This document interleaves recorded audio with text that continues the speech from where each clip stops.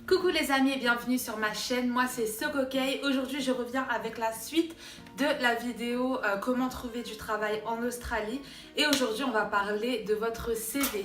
Donc la dernière fois bien évidemment je vous ai parlé de comment on fait pour trouver les annonces de travail. Maintenant il va falloir que quand vous déposiez votre application vous soyez sélectionné et ça va se faire beaucoup sur votre CV. Je vais vraiment me concentrer sur le CV.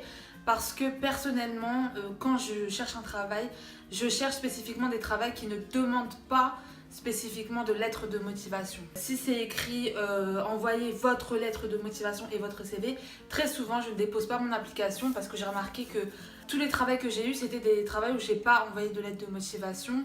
Et finalement, j'ai pas eu de réponse pour les travaux où j'en ai envoyé une. Donc ça veut dire que je suis pas encore calée sur ce sujet-là en fait. Par contre, le premier truc que j'ai dans mon CV, c'est une petite introduction de moi-même. Le fait d'avoir cette introduction, le travail pour lequel je fais mon application ne me demande pas de lettre de motivation après coup, puisque on va dire que c'est une mini lettre de motivation incorporée dans mon CV. Pour l'introduction, en fait, ce que je mets, c'est je mets en avant le fait que je sois bilingue, que j'ai une facilité d'adaptation, que je suis quelqu'un qui travaille dur, un peu comme dans une lettre de motivation, sauf que c'est beaucoup moins spécifique au travail que vous cherchez, c'est vraiment plus général en fait, au domaine de travail que vous cherchez, si ce que je dis a un peu de sens. Maintenant, je vais vous parler un petit peu du design du CV standard en Australie. Bon, déjà en Australie, le CV pas plus de 2 pages. Mais vraiment, même 2 pages, c'est beaucoup.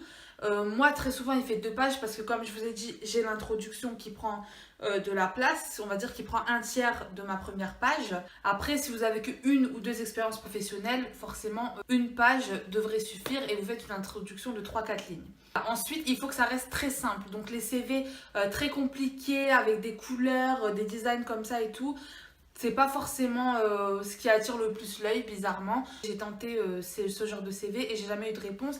Alors qu'avec mes CV tout simples, faits sur Word, en noir et blanc, j'ai beaucoup plus souvent eu des retours, des entretiens d'embauche, enfin bref, design plutôt simple. Ensuite, autre chose, en Australie, dans le CV, on ne met absolument pas de photos, à moins qu'on vous demande. Spécifiquement de mettre une photo, mais en Australie sachez que ça ne se fait pas de mettre une photo dans votre CV parce que ça peut être considéré comme de la discrimination ou voilà, que vous essayez d'amadouer avec votre physique par exemple. Donc, et pareil pour ce qui est de la date de naissance, on ne met pas sa date de naissance dans le CV en Australie. Pareil, je pense que c'est pour des problèmes de discrimination. Après c'est un peu débile parce qu'à l'entretien d'embauche, très souvent vous allez remplir un genre de papier où vous allez mettre votre date de naissance à l'intérieur de toute façon. Mais en tout cas, pas dans le CV. Voilà, donc vous mettez quoi? Vous mettez votre prénom, votre adresse mail et votre numéro de téléphone. Hein. C'est ce qui est logique. Ensuite, vous mettez votre petite introduction. Ensuite, après ça, en général, ce que je mets, c'est mes compétences et mes qualités. Donc, je vais en général en mettre à peu près 5. Ce que je vous conseille de faire, c'est que pour le travail qui vous intéresse, regardez leur annonce et regardez les compétences et les qualités qu'ils cherchent. Et c'est juste exactement ce que vous allez mettre dans vos qualités, vos compétences. Forcément, si ça vous correspond aussi. Hein. Ou alors, si vous cherchez dans un domaine spécifique, vous voulez déposer votre application pour un travail, on va dire dans la vente, dans le prêt-à-porter, j'irai voir quelques annonces de vente de prêt-à-porter ou alors les compétences requises sur Google pour faire de la vente dans le prêt-à-porter et écrire ces compétences-là dans vos compétences qualité, quoi. Voilà. Bien sûr, vous pouvez un peu remixer à votre sauce, mais je vous conseille de faire ça parce que forcément, ils vont se dire c'est exactement ce qu'on recherche, c'est exactement ce qu'on veut. Donc forcément, ça va déjà attirer l'œil en premier. Du coup, ça veut dire que si vous recherchez tout le temps dans le même domaine, forcément votre CV va toujours rester le même. Si vous faites des applications dans des domaines complètement différents, forcément votre CV va devoir changer un petit peu, quoi. C'est logique.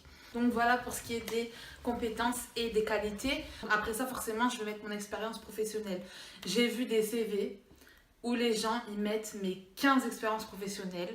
C'est beaucoup trop. Si vous avez beaucoup d'expérience professionnelle, déjà choisissez les plus longues. Surtout si vous faites le tour de l'Australie, forcément vous allez avoir des petits boulots de 1 mois, de 2 semaines et mettre beaucoup de petits travails comme ça, vous avez travaillé vraiment pas longtemps. Ça montre pas votre détermination. On dirait que finalement en fait, vous n'arrivez pas à tenir un travail plus de 1 mois quoi. En gros c'est ça. Mettez-vous à la place du manager. Si vous voyez un mec qui fait des travails, qui a des expériences professionnelles de 2 semaines, de 1 mois et puis c'est tout, forcément ça aide pas trop. Donc déjà, quand vous trouvez un travail, ça dépend. Si vous cherchez un travail vraiment pour travailler un mois, bah travaillez un mois. Mais si vraiment vous cherchez à construire votre expérience professionnelle pour faire votre vie ici, je vous conseille de rester dans un travail au minimum 6 mois, voire même un an. Moi, c'est ce que j'ai fait à chaque fois, de rester un minimum de un an, parce que ça, c'est une expérience qui pèse en fait. Une expérience de un mois, elle pèse pas, enfin, elle sert limite à rien, quoi. Donc voilà, choisissez les expériences les plus longues, valorisez celles qui sont forcément en Australie, hein, plutôt que celles en France ou dans d'autres pays d'ailleurs. Donc forcément faites en ordre déchronologique, on va dire. Donc vous commencez par la plus récente pour terminer par la plus ancienne. Vous allez mettre où vous avez travaillé, enfin le nom de l'entreprise, de quelle date à quelle date. Je mets pas des dates super précises, hein, moi personnellement, mais je mets le mois et l'année et vos tâches principales, quoi. Qu'est-ce que vous avez fait là-bas. Pareil pour les tâches, choisissez des tâches qui se relient ou des mots proches du travail que vous cherchez, tout simplement. Et si vous avez beaucoup d'expériences professionnelles qui sont diverses et longues, dans ce cas-là, forcément, choisissez-en peut-être 3 ou 4 qui soient plus proches du travail que vous cherchez, forcément. Donc ensuite, après ça, je vais mettre mon niveau scolaire, on va dire, ou les études que j'ai fait. Donc ça, c'est assez simple, hein, c'est pas compliqué. Vous démarrez à partir du bac. Donc ici, c'est important en fait, parce que tout le monde ne termine pas le lycée, tout le monde ne passe pas son bac. Donc pour eux, c'est important le fait que vous terminez le lycée, déjà que vous êtes quelqu'un de déterminé, entre guillemets. Et ensuite, plus vous remontez haut et plus vous parlez de vos études après. Et enfin, en dernier, on va mettre les références. Donc ici, ils aiment bien en avoir au moins 2. Et 2, ça suffit d'ailleurs, hein. 1, c'est un peu léger. 2, c'est exactement ce qu'ils recherchent. Et 3, c'est encore mieux. Après, vous n'en avez pas besoin non plus de 4 ou 5. Ça sert à rien. Mais voilà, les références, c'est quoi? C'est vos anciens employeurs ou des anciens collègues qui travaillent avec vous ou vos superviseurs. Bon, forcément, plus c'est quelqu'un qui est haut gradé, on va dire, donc genre par exemple votre manager, mieux c'est, mais forcément c'est quelqu'un qui doit avoir travaillé avec vous au quotidien. Si vous n'avez vraiment pas ça, si vous avez fait au pair, mettez le parent ou alors mettez un ami australien. Enfin bref, essayez vraiment de mettre une référence, c'est super important parce qu'ici ils appellent pratiquement systématiquement. Sachez qu'ils appellent les références qu'après l'entretien d'embauche. Vous avez plus de chances que votre CV soit sélectionné si vous avez vos références à l'intérieur.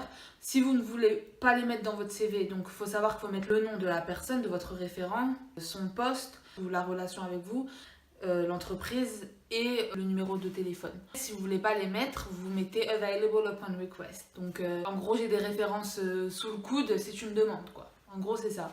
Mais ici, c'est super important. Donc c'est pour ça, quand vous quittez un travail, essayez de vraiment quitter le travail en bon terme pour pouvoir avoir une référence. Et n'oubliez surtout pas de demander à votre employeur si vous pouvez utiliser son numéro de téléphone comme référence dans vos prochaines recherches d'emploi. C'est très important, demandez à chaque fois, surtout si vous êtes en bon terme, forcément ne mettez pas comme référence un manager qui vous déteste, avec qui ça s'est très mal terminé, ça va pas du tout aller. Il faut vraiment mettre quelqu'un avec qui ça s'est très bien passé. Voilà pour cette vidéo, j'espère qu'elle vous a aidé. La prochaine fois, on va parler comment réussir son entretien d'embauche. Donc voilà, moi en attendant je vous fais de gros bisous. Si vous avez des questions, n'oubliez pas de les poser en commentaire, il n'y a pas de souci. Vous pouvez aussi m'ajouter sur mes réseaux sociaux et vous abonner à ma chaîne. Voilà, bisous bisous.